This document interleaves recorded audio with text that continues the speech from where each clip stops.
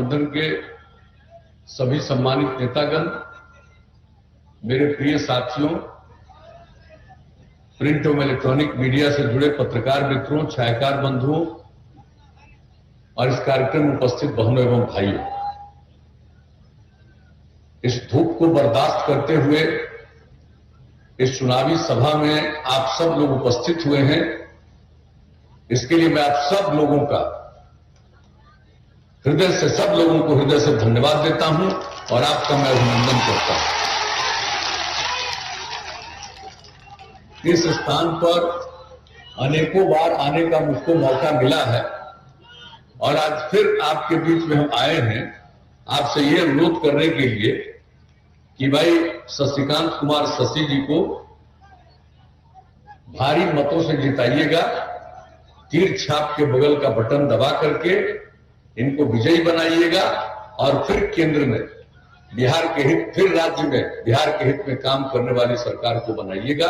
यही हम आग्रह करने के लिए आप सब लोगों के बीच में आए। अब हम लोगों ने तो आपकी सेवा की है और जान लीजिए, हम प्रारंभ से कहते रहे हैं न्याय के साथ विकास, और उसका मतलब है हर इलाके का विकास और समाज के हर तबके का उत्थान। और आप देख लीजिए कि जब से काम करने का मौका मिला है, हम लोगों ने बिहार के किसी इलाके की उपेक्षा नहीं की और न समाज के किसी तबके की उपेक्षा की।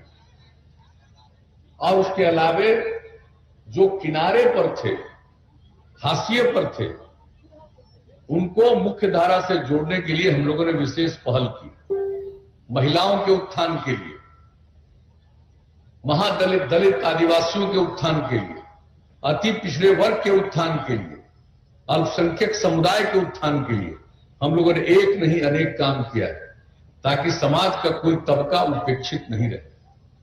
और समाज की क्या हालत थी पहले, जब हम लोगों को काम करने का मौका नहीं मिला था।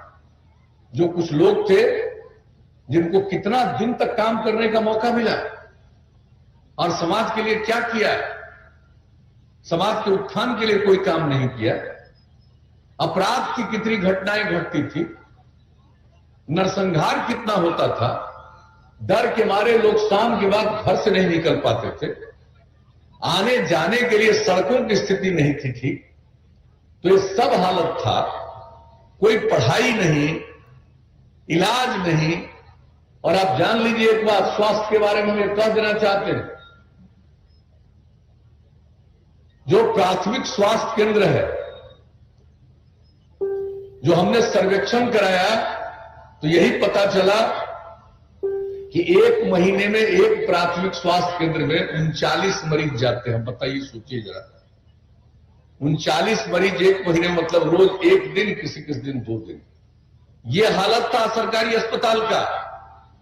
और जब यहां काम करने का मौका मुझको मिला, उसके पहले ही हम बिहार की सेवा करते थे। आखिर हम तो बिहार के जनप्रतिनिधि रहे हैं, एमएलए रहे, एमपी रहे, केंद्र में मंत्री रहे, और एक एक चीज को हम देखते रहे हैं। तो जो कुछ भी उसके बारे में पता चलता था, उस समय आकलन करके कि बिहार के जो लोग हैं, गरीब लोग हैं, उनकी आमदनी तो बहुत कम है, लेकिन जो भी आमदनी है उसका सबसे बड़ा हिस्सा खर्च होता है इलाज में, स्वास्थ्य में। यानी लोगों को लगता होगा कि भोजन पर खर्च हो रहा है, लेकिन उससे भी ज्यादा इलाज पर खर्च होता था। ये बुरा हाल था। और हम लोगों ने जो काम किया, चिकित्सकों का प्रबंध, अस्पताल में दवा का प्रबंध, तेजी से संख्या बढ़ने लगी। और अब आप जानते हैं, अब एक प्राथमिक स्वास्थ्य केंद्र में औसत एक महीने में, अब अभी तो 8 महीने से कोरोना आ गया है, इसके पहले की हम सारी कहानी आपको बता रहे हैं। और ये दुनिया भर में फैला हुआ, ऐसा नहीं है कि कोई बिहार में है या हिंदुस्तान में है, ये तो दुनिया भर में है, बाहर से ही आया है। चीन से शुरू हुआ, पूरे दुनिया में फैला, हमारे देश में भी आया, और हमारे देश में भी आया तो बिहार में भी आया। और हम लोग इस पर नियंत्रण करने के लिए पूरी कोशिश कर रहे हैं। जो कुछ भी इसके लिए जरूरी कदम है उठाया, जो बाहर हमारे फंसे हुए लोग थे उनको हमने मदद की और यहां आने के बाद उनको क्वारंटाइन सेंटर में रखा। जो हमारे अभी संजय झा जी बता रहे थे, एक एक पर 5300 रुपया खर्च, क्या नहीं किया है। हर तरह से काम केंद्र सरकार ने भी सहयोग किया और केंद्र सरकार ने भी मदद किया। ये सब तो अलग चीज। और आप जान लीजिए कि अब जितना कोरोना को लेकर के जांच बिहार में हो रहा, उतना तो देश भर का जो औसत है उससे भी ज्यादा जांच हम लोग करवा रहे हैं। और आप समझ लीजिए कि इससे मुक्ति का जो दर है वह भी 94% से भी ज्यादा। तो ये सब तो अपनी जगह पर है, लेकिन हम कह रहे हैं कि इसके पहले जो कुछ भी स्थिति थी, अस्पतालों की आपको हम बता रहे हैं, 10,000 एक महीने में लोग इलाज कराने के लिए जाते रहे हैं। तो अब कितना सुधार किया। स्कूल का क्या हाल था जी, कहीं जाते थे गांव में, स्कूल कहीं दिखता था। अब कोई गांव बचा हुआ है जहां पर लोगों को पता नहीं चलता कि स्कूल है। स्कूल में क्लासरूम का निर्माण, ये तो हम 2 लाख, 2.25 लाख से भी ज्यादा किए। नए स्कूलों का निर्माण भी 20,000 से ज्यादा किए।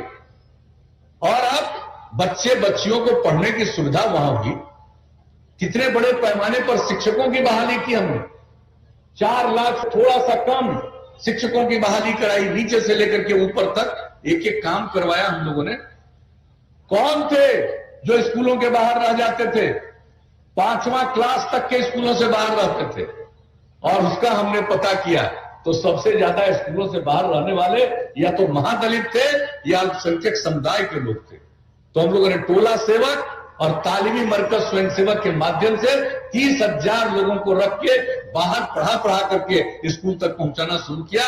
और अब स्कूल से बाहर रहने वालों की संख्या न के बराबर है। तो ये सब काम एक एक किया।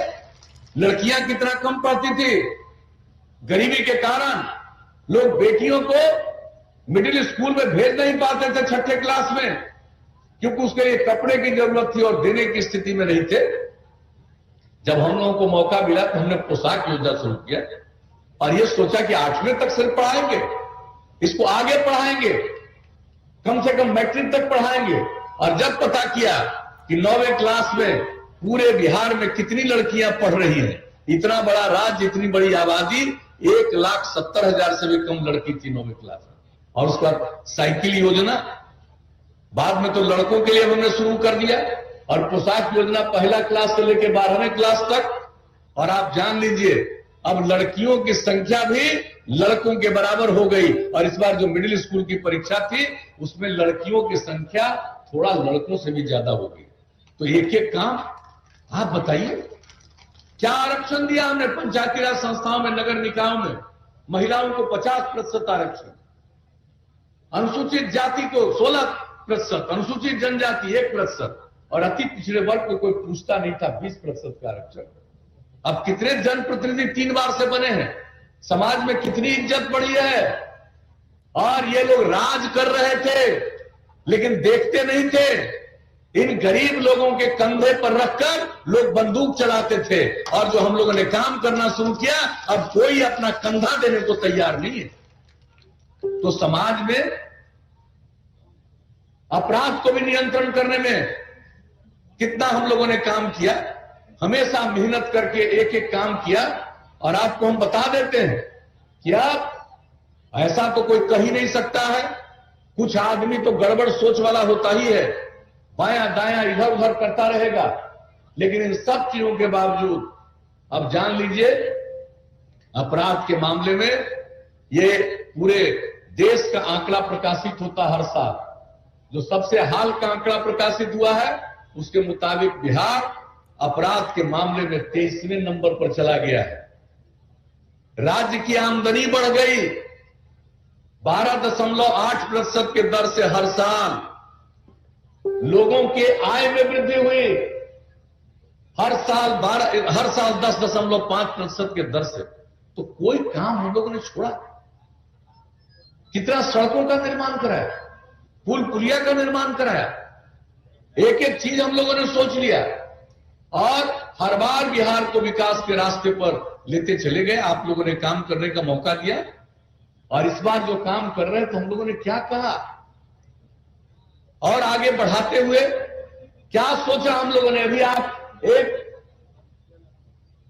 कॉलेज की बात कर रहे थे, लेकिन आप जान लीजिए हम लोगों ने और उसके अलावे जो जहां जहां नहीं था वहां तो बनाया ही सब डिवीजन में, लेकिन उसके अलावे क्या तय किया हम लोग। हर जिले में इंजीनियरिंग कॉलेज, हर जिले में पॉलिटेक्निक संस्थान, हर जिले में पैरामेडिकल संस्थान, हर जिले में महिला आईटीआई और हर जिले में जीएनएम संस्थान, हर सब डिवीजन में एएनएम संस्थान और हर सब डिवीजन में आईटीआई।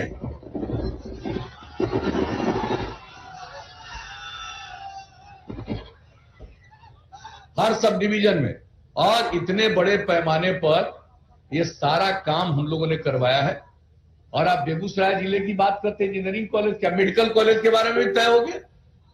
एक एक चीज के बारे में हम लोगों ने, ताकि हमारे बच्चे बच्चियों को पढ़ने के लिए मजबूरी में बिहार के बाहर न जाना पड़े। और जो गरीब गुरबा तबके के लोग, उनके लिए क्या किया, जो इंटर के आगे पढ़ना चाहते हैं उन सब लोगों को 4 लाख रुपए तक की मदद। कोई पढ़ना नहीं चाहता, काम की तलाश में घर से बाहर जाना चाहता, उसको 2 साल तक प्रति महीना 1000 रुपए। और बाकी लोग जो कुछ काम करना चाहते हैं उनके लिए हम लोगों ने कुशल युवा कार्यक्रम में कंप्यूटर पर काम करना सिखाया, बातचीत कैसे की जाती है यह सिखाया, व्यवहार किस तरह से करना चाहिए। 10 लाख से ज्यादा युवक युवतियों ने इसकी ट्रेनिंग ली, जो हमने काम शुरू किया पिछले 4 वर्षों से। तो आप समझ लीजिए कि एक चीज नहीं छोड़ा। और महिलाओं को सरकारी सेवा में, पुलिस बल में 35% का आरक्षण। पहले कोई पुलिस बल में महिला दिखती थी जी, अब जहां जाइए वहां महिला दिखेगी पुलिस बल में। हर सरकारी सेवाओं में महिलाओं को लगाया। और उसके बाद क्या कहा, हर घर तक बिजली पहुंचाएंगे। याद कर लीजिए हमारे आने के पहले क्या हालत था, शहर में भी बिजली की स्थिति नहीं थी और पूरे राज्य में बिजली की खपत 2005-6 में 700 मेगावाट, और हम लोगों ने हर घर बिजली पहुंचा दिया। 18 के दिसंबर का लक्ष्य रखा, अक्टूबर तक पहुंचा दिया। अब उसके बाद तो और लोग भी बिजली ले रहे हैं, अब तो खेत के लिए भी बिजली पहुंचा रहे हैं, सब काम कर रहे हैं। और खपत है बिजली का बिहार में 6000 मेगावाट। तो एक एक काम किया साहब। हमने क्या कहा था 7 विषय में, हर घर नल का जल। अब 83% से ज्यादा हर घर नल का जल पहुंचा दिया। महीना 2 महीना में बाकी काम भी हो जाएगा। ये बीच में कोरोना के चलते शुरू में व्यवधान आया, बाद में ये काम शुरू हो गया। अब कम समय में ही अभी काम पूरा हो जाएगा। हर घर तक पक्की गली और नाली का निर्माण, वो लगभग पूरा।